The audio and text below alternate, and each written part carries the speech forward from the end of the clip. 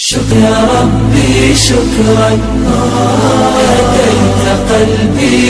السلام علیکم ورحمۃ اللہ وبرکاتہ۔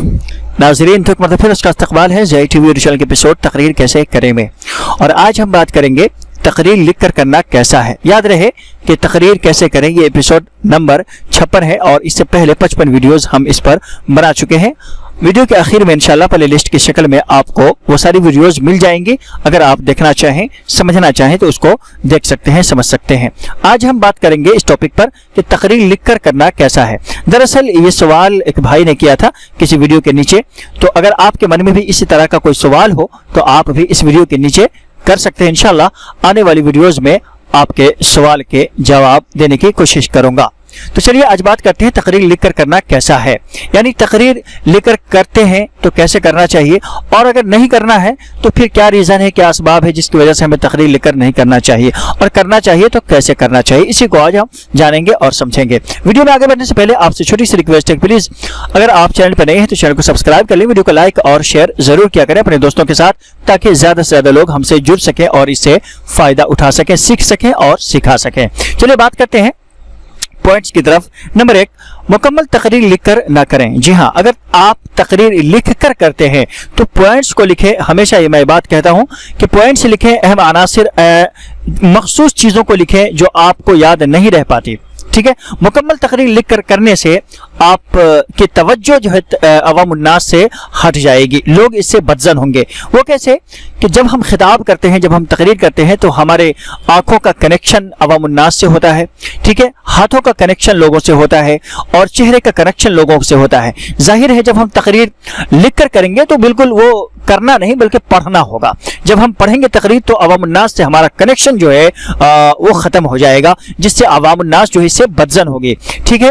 تو چند چیزوں کو آپ نوٹ کریں جو تقریر کا اہم حصہ ہے، اس کو نوٹ کریں اور اس کو لکھ کر کریں، ٹھیک ہے۔ نمبر 1۔ نمبر 2، حافظہ کمزور ہوگا۔ جی ہاں، اگر آپ یہ عادت ڈال لیں گے کہ تقریر لکھ کر کرنا ہے تو اس سے حافظہ آپ کا کمزور ہو سکتا ہے، لہٰذا اس کو اپنی عادت نہ بنائیں، ٹھیک ہے۔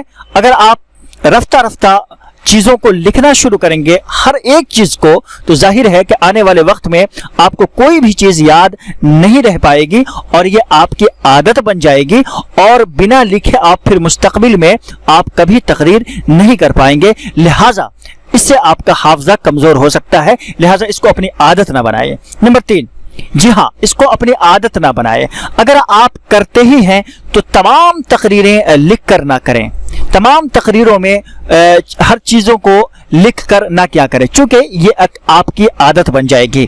جب آپ کی عادت بن جائے گی تو آپ بنا لکھے ہوئے تقریر کبھی کر ہی نہیں سکتے، چیزوں کو آپ کو لکھنا ہی ہوگا۔ آپ دکان پر بھی جائیں گے سامان خریدنے کے لیے تو آپ کو سامانوں کے جو ہے نام لکھنے ہوں گے، پھر بھی آپ بھول سکتے ہیں، یہ سوچ کر آپ کے سامان کے نام لکھنے ہوں گے، درج کرنے ہوں گے، پھر آپ سامان خریدیں گے۔ لہٰذا چیزوں کے نام لکھنے اور ہر چیزوں کو نوٹ کرنے سے یہ ایک عادت بن جاتی ہے، بنا لکھے پھر آپ کوئی کام نہیں کر سکتے ہیں۔ لہٰذا اگر آپ لکھتے ہیں تو تن چیزوں کو لکھیں، ہمیشہ نہ لکھیں، ورنہ یہ آپ کی عادت بن جائے گی، اور اگر آپ کی عادت بن جائے گی تو پھر یہ عادت بہت بری ہے، جو مستقبل میں آپ کے لیے بہت ہی خراب ثابت ہو سکتی ہے۔